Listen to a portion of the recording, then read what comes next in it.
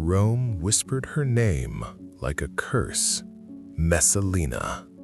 To later generations, she became a symbol of excess so extreme that it bordered on fantasy. Ancient writers claimed she was not just unfaithful, but insatiable, not merely immoral, but uncontrollable.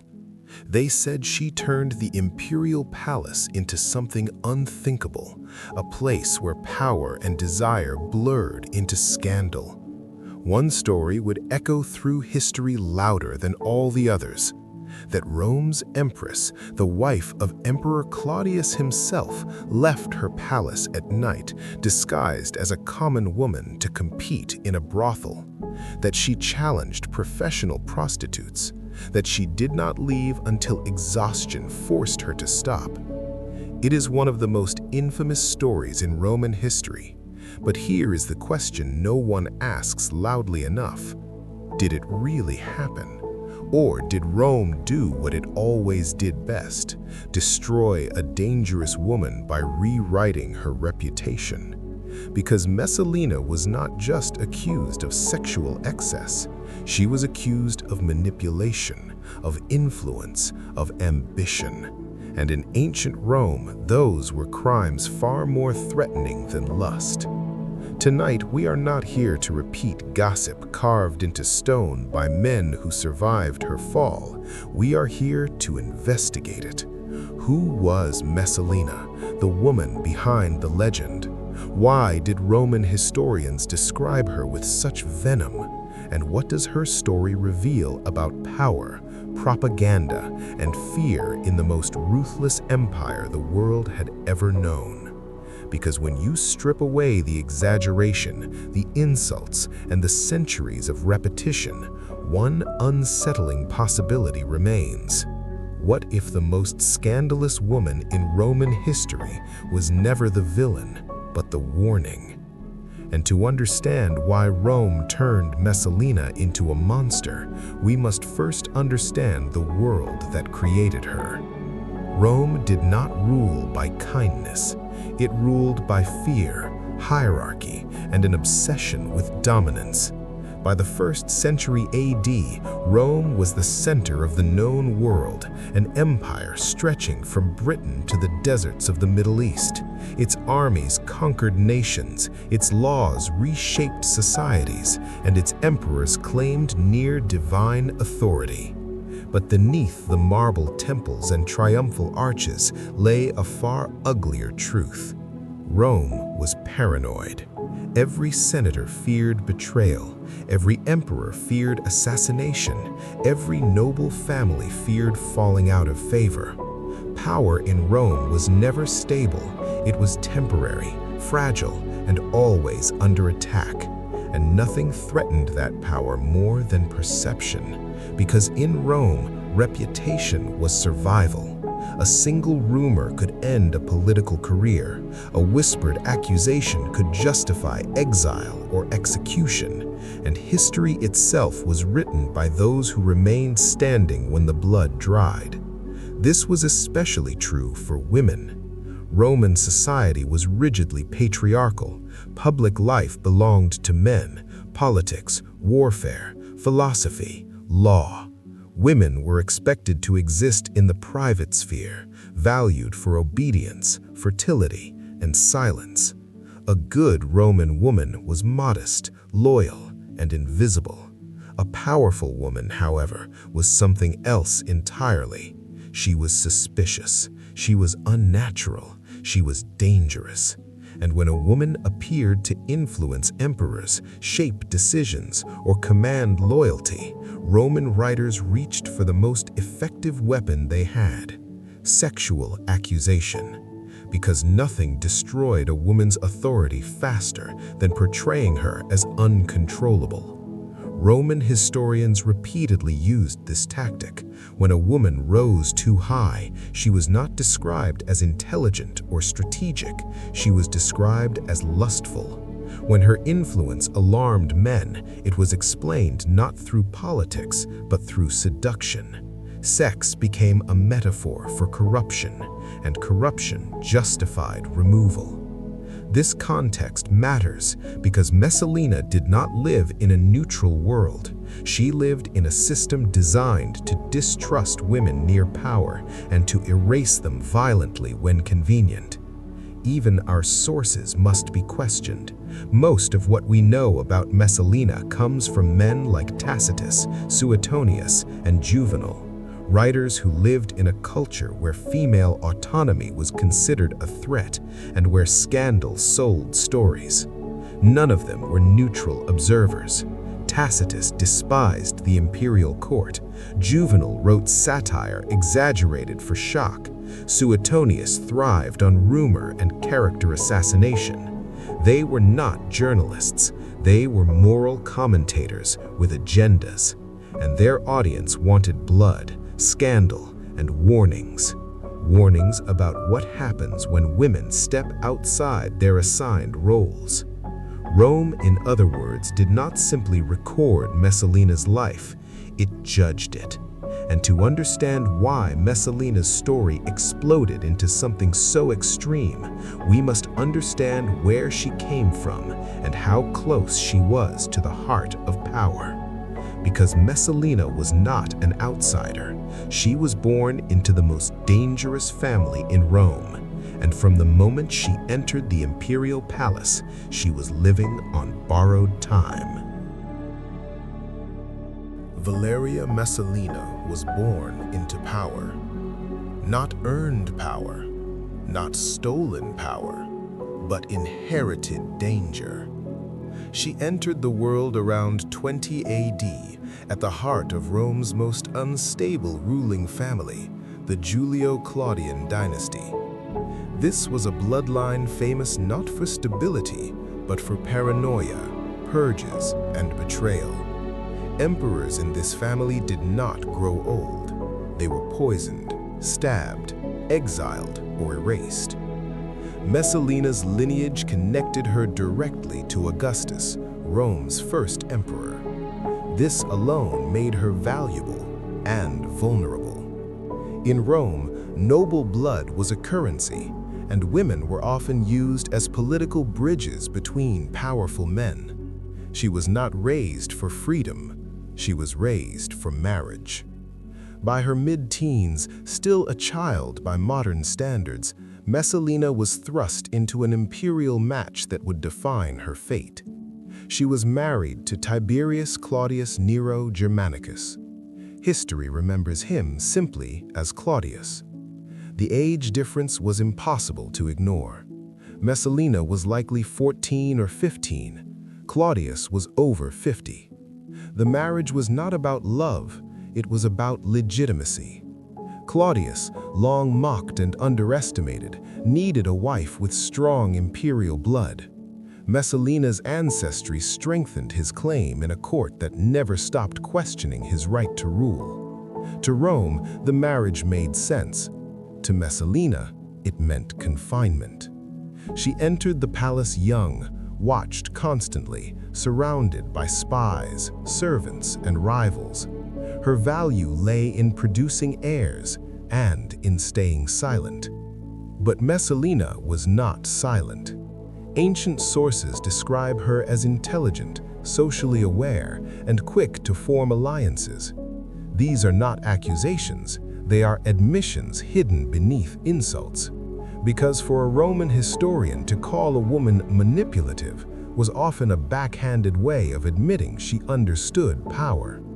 She learned quickly which men mattered, which words traveled, which favors were remembered.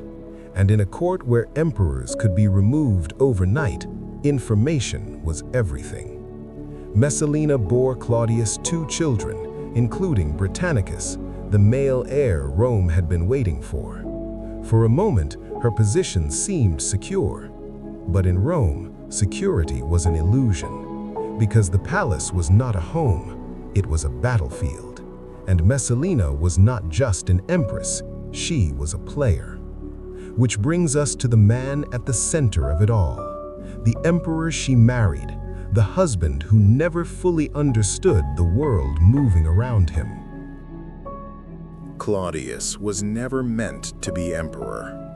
For most of his life, he was ignored, deliberately. He suffered from physical disabilities that caused him to limp, stutter, and shake. In a society that worshipped strength and military perfection, these traits were seen as weakness. His own family kept him out of public life, assuming he was unfit to rule. Ironically, that assumption saved his life. While other heirs were poisoned, executed, or exiled, Claudius survived precisely because no one saw him as a threat. Then, in 41 AD, everything changed. After Emperor Caligula was assassinated by his own guards, Rome plunged into chaos. The Senate debated restoring the Republic. The Praetorian Guard panicked. And hiding behind a curtain in the palace, they found Claudius. Terrified, confused, unprepared, they declared him emperor. Rome had not chosen Claudius. Accident had. Once in power, Claudius proved to be far more capable than anyone expected. He expanded the empire, reformed the legal system, and managed the bureaucracy with surprising efficiency. But Claudius had a fatal weakness. He trusted the wrong people. Uncomfortable with public speaking and political confrontation, he relied heavily on freedmen, advisors, and members of the imperial household. This created a vacuum, one that could be filled by anyone close enough to him, including his wife. Messalina was not ruling openly. She did not sit in the Senate or command legions. Her power was informal, but in Rome, informal power was often the most dangerous kind. She influenced appointments. She shaped alliances. She decided who gained access to the emperor. And this alarmed Rome's elite. Because Claudius might have been emperor, but he was not feared. Messalina, however, was becoming impossible to ignore. Ancient historians would later paint Claudius as blind, weak, and foolish, a man controlled by his wife's desires. But this portrayal served a purpose.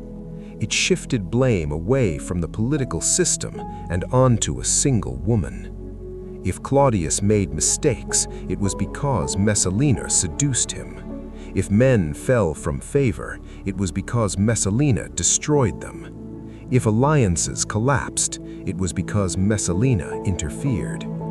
It was a convenient explanation, and a dangerous one. Because in Rome, once a woman was believed to have too much influence, the story stopped being about governance. It became about morality. And morality, in Roman hands, was a weapon sharpened for public execution. The rumors surrounding Messalina did not begin as tales of lust. They began as whispers of power. And Rome was about to make sure those whispers became screams. In imperial Rome, nothing happened in private. The palace was filled with servants, guards, slaves, freedmen, messengers, people whose survival depended on knowing things before others did. Every look was observed, every conversation traveled, every secret had value. And Messalina was at the center of it all. At first, the rumors were vague, dangerous, but still manageable. She favored certain men. She promoted allies too quickly. She removed rivals without explanation. None of this was unusual in Rome. Male politicians did the same every day. But when a woman did it, Rome searched for a different explanation. They said she was reckless. They said she was impulsive. They said she was driven by desire rather than strategy. And slowly, subtly, the tone of the gossip changed. Her political relationships were rebranded as personal ones. Her influence was reframed as seduction. Her authority became corruption. Ancient writers later claimed that Messalina took lovers openly, men from the Senate, the equestrian class, even the palace itself. These stories grew more detailed with each retelling, but they all followed the same pattern. Messalina was no longer dangerous because of what she did. She was dangerous because of who she was. And here is the crucial detail often ignored. None of these accusations were made in a courtroom. None were tested by evidence. None came from neutral witnesses. They came from rivals, moralists, and historians writing after her fall. Men who benefited from portraying her as unstable and immoral. In a culture obsessed with masculine control, a woman exercising power needed an explanation that preserved male superiority. So Rome reached for the oldest and most effective narrative it had. She must be ruled by lust. And then came the story that would change everything. A story so extreme that it would eclipse all others. A story so shocking that it would define Messalina's name for nearly 2,000 years. The claim that the Empress of Rome turned herself into a prostitute. According to Roman writers, Messalina did something unthinkable. They claimed that she left the imperial palace at night, disguised as an ordinary woman, that she entered a brothel under a false name, that she offered herself repeatedly to strangers, not for money, but for competition. One source claimed she challenged Rome's prostitutes to see who could satisfy more men. Another insisted she stayed until exhaustion forced her to stop, while others still worked. This is the story that cemented Messalina as history's most infamous empress. But here is what history rarely pauses to ask. Who told this story? Why did they tell it? And how much of it survives scrutiny? The most detailed account comes from Juvenal, a satirical poet, not a historian. Satire in Rome was not meant to record events accurately. It was meant to shock, exaggerate, and moralize. Juvenal openly admitted to amplifying stories to provoke outrage. Yet leader writers treated his words as fact. Tacitus and Suetonius, writing decades later, repeated variations of the story, but even they disagreed on details. Locations changed, motivations shifted, timelines blurred. That alone raises a red flag. If something so outrageous had truly happened, if the Empress of Rome had publicly humiliated the imperial office, there would have been immediate consequences. Trials, official records, political upheaval. Instead, what we find is silence at the time and explosion afterward, which suggests something deeply Roman was happening. In Rome, sexual slander was a political execution method. Accusing a woman of uncontrolled sexuality did three things at once. 1, it stripped her of moral authority. 2, it justified removing her from power. 3, it discouraged others from following her path. And Messalina's alleged crime conveniently explained everything her enemies needed explained. Why powerful men fell suddenly, why property was confiscated, why rivals disappeared. It was easier to say she was immoral than to admit she was influential. None of this proves Messalina was innocent, but it does prove something else. Rome had every incentive to exaggerate or invent the worst possible version of her, because the brothel story wasn't just about sex, it was about control. It turned a politically active empress into a cautionary tale, a warning etched into cultural memory. This is what happens when women reach too far. And once that story existed, it could never be undone. No defense would matter. No alternative explanation would survive, because scandal, once repeated often enough, becomes truth. And Rome repeated Messalina's scandal endlessly. But the story was not finished, because rumors alone do not kill an empress. For that, Rome needed something more dangerous than gossip. It needed betrayal. To understand Messalina's downfall, we must understand a Roman contradiction. In Rome, male sexual excess was tolerated, even admired. Powerful men kept mistresses, visited brothels, and fathered children outside marriage with little consequence. These behaviors were seen as expressions of dominance. But for women, the rules were reversed. A woman's virtue was not private, it was political. Female sexuality was expected to be controlled, contained, and owned. When a woman appeared to act independently, Romans did not see freedom, they saw disorder. This is why accusations against Messalina focused obsessively on sex. Because sexual allegations were not about morality, they were about authority. By portraying Messalina as uncontrollable, Roman writers stripped her of legitimacy. If she was ruled by desire, she could not be trusted with influence. If she was immoral, then removing her was not political, it was necessary. This tactic had been used before. Cleopatra was not remembered as a strategist, but as a seductress.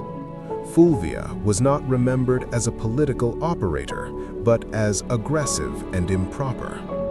Messalina followed the same pattern. Once her sexuality became the story, her power disappeared from the narrative. But Messalina was not acting alone. She did not survive in the palace by desire alone. She survived through relationships, and those relationships would ultimately determine her fate. Power in Rome was never exercised in isolation. Messalina surrounded herself with men who benefited from her favor, senators, equestrians, and palace officials whose careers rose when hers did.